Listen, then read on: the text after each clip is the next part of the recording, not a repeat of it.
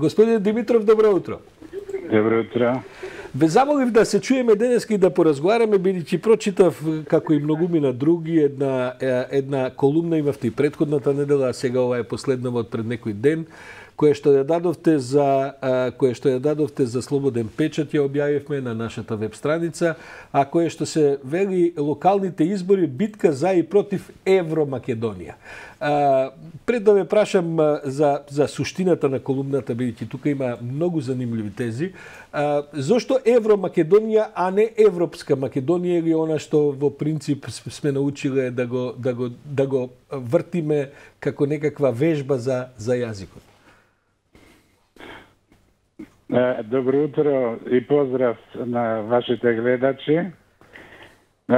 Прво дозволете да кажам дека фактот што ве гледам вас на маса на која што пишува Слободен печат, за мене има посебна символика, затоа што нашата прва средба, прв контакт и соработка со вас се случи во време кога немаше Слободен печат.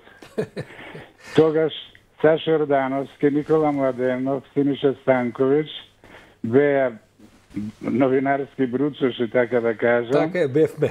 Така почна нивната новинарска кариера, а јас бев 18 години под мраз како либерал. Да, вие бевте еден од оние дисиденти во Македонија во 80-тите и 70-тите, и тоа беа бурни времења и многу интересни времења, морам да кажам, при крајот на 80-тите. Ова за мене посебна символика, бидејќи вие, тројцата млади луѓе и некои кои не ги памтам веќе. Имаше и други, да. Први ми објавивте, Синиша, интервјуто, вие го редактиравте бројот кај што излезе мојата прва колумна, зашто Македонија планира. И така го скршивте, ја скршивте цензурата и го отворивте, го донесовте слободниот печат во Македонија како прва ластовица на, како се вели, нели, македонската медиумска и поширока пролет. Професоре Димитров, ми правите непријатност, и ќе помислат дека сум ме повикал за да, еве, овие, ја ги разбирам овие како комплименти. Дајте да преидеме на ова што ме прашувам. Зошто Евромакедонија денеска, а не овие вообичаени флоскули други кои? Евромакедонија многу ме погоди. Тоа беше израз на ваш суговорник во утрински брифинг, пратеникот од Европскиот парламент. Од Европскиот, тој така е. Се вика Ройтен, инаку пратеникот, да. Ройтен, да. Погодува ова синтагма во суштината на нашата врска со Европската унија, бидејќи не поврзува судбински со неја, практично тоа е идејата на унијата. И тука ние, како проект, како идеја, сме веќе во унијата и затоа толку ме погоди таа синтагма и ја позајме во насловот на колумната. Најчеста кај нас грешка, мисла методолошка, се прави, што Македонија се тематизира изолирано од европскиот контекст. Мислам дека е тоа голема методолошка грешка, затоа што не може така да се гледа. Македонија е дел од Европа и од овој процес на градба на Европската унија и не може да биде независна величина и да се гледа нели како една изолирана посебност надвор од општоевропскиот процес, така што не може ние да се жалиме дека заостануваме, и да бидеме неблагодарни кон Европа. Ние сме заедно. Нашиот успех, нашиот неуспех, тоа е успех и неуспех и на самата Европа. Господин Димитров, ако ми дозволите во една реченица да се обидам, Да. да ја сублимирам вашата колумна, може би во главната теза, може би ќе погрешам, ама она, а из овие што не ја прочитале, мислам дека е значено да направиме еден таков обид, а таа се сведува на следното, дека суштината на нашата европеизација, покрај многу други работи, е сепак функционирањето на правната држава. И сега, во вашата колумна вие велите, оваа власт сегашнава и воопшто и кога била претходна власт имала многу проблеми со правната држава, но кога се работи за ВМРО ДПМН има една структурна, ако смеам така да кажем, тоа не е ваш збор, има една структурна фалинка во која што практично, тука ќе морам да ве цитирам, државата која го осуди, продолжува да го суди лидерот за криминал, се мисли на Груевски, е туѓа држава. Македонија е ВМРО, народот е ВМРО. Значи една како да кажем, една дистинкција прават помеѓу, па и ова сега што го говорат за Преспански договор, за договорот за добрососедство со Бугарија. Тие велат, видите, ние таа држава што не суди не ја признаваме. Со се името Република Северна Македонија. Ние сме државата сама по себе и таа држава е различна од оваа држава што сега ни суди.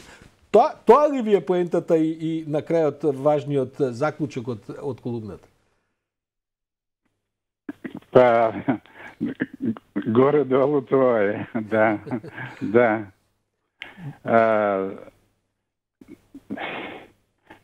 Се работи за човечки работи, човечки ситуации.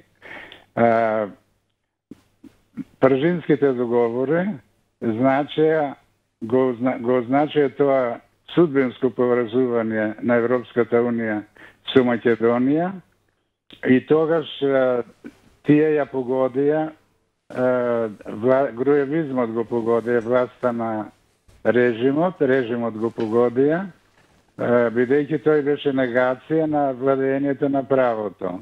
И сега човечки беше, нели, како што се вели, човечки е да се сгреши, само Бог не греши, ама човечки е да се признае грешката и да се прифатат консеквенциите од грешката. Тоа значи да се промени ставот, да се извлече поука и да се поправи таму кај што се сгрешило. За жал, ВМРО, на кој едно кратко време јас припаѓав, и мојата сопруга, не го направи тоа. Напротив, се укотви во таа позиција, предсенели лидерот, ама за жал и целото раководство. И тоа, мислам, беше кобно и за партијата и за Македонија, бидејќи така ја спротистави на општиот, нели, на идејата на Европа, на општиот европски процес, ја зеде да ја тематизира изолирано и да прави, нели, заклучоци дека ние сме унеправдани, Европа се тера, се има други гајлини, не сме интересни за неја и така натаму. Што не може да биде, нели, добро, и нито е точно, нито за Европа, нито за нас. И од тука произлезе едно такво дистанцирање практично од собствената држава и еден курс на нешто што во правото се вели повторување на делото. Значи, наместо да се исправи позицијата, се продолжи со деструкција, со целосна деструкција на курсот, на проевропскиот курс, и така партијата практично остана на старата позиција на режимот и до ден денес тоа не се промени. Имаше некои обиди на нови реформисти таму, сите тие беа замолчани и се продолжи курсот. Мислам дека ден денес партијата раководи човек осуден за криминал и на кого уште му се суди за криминал. И така се случи ова што ви убаво. Само да кажем, тој човек не е во Македонија, не мислите на Мицковски, мислите на Груевски. Мицковски е инкарнација на Груевски.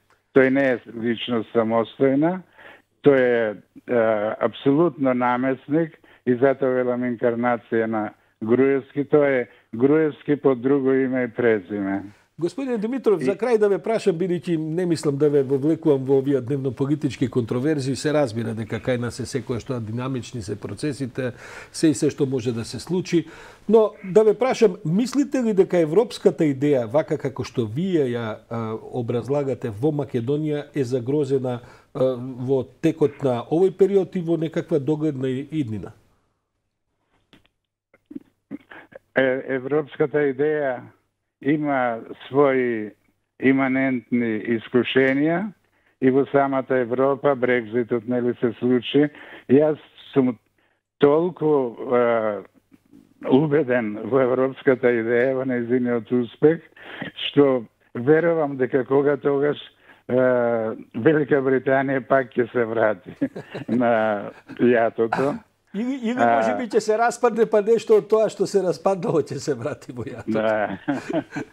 Ако гледаме историски, затоа е многу важно човек да е малку подалеко од дневната политика, тогаш полесно се гледа планината. А непосредно во кога сте во дневната политика, дрвјата само ги гледате. И во таа смисла прашањето мојот одговор на вашето прашање тоа не може да се случи.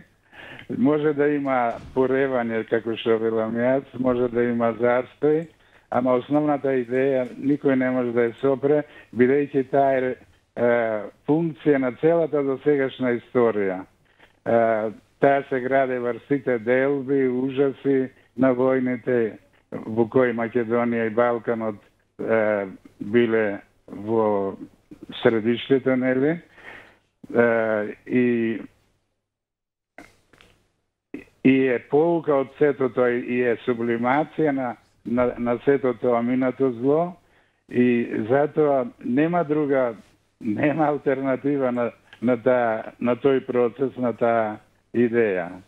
Идејата за Евромакедонија. Господин Димитров... И за самата Европска Унија и во тој склоп на Евромакедонија.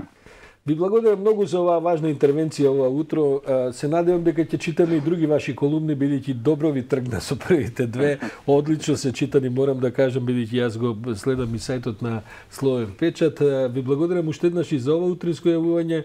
Па остануваме на линија, можеби по некој друг повод, кога ќе прочитаме некоја ваша следна добра колумна. Благодарам уште еднаш.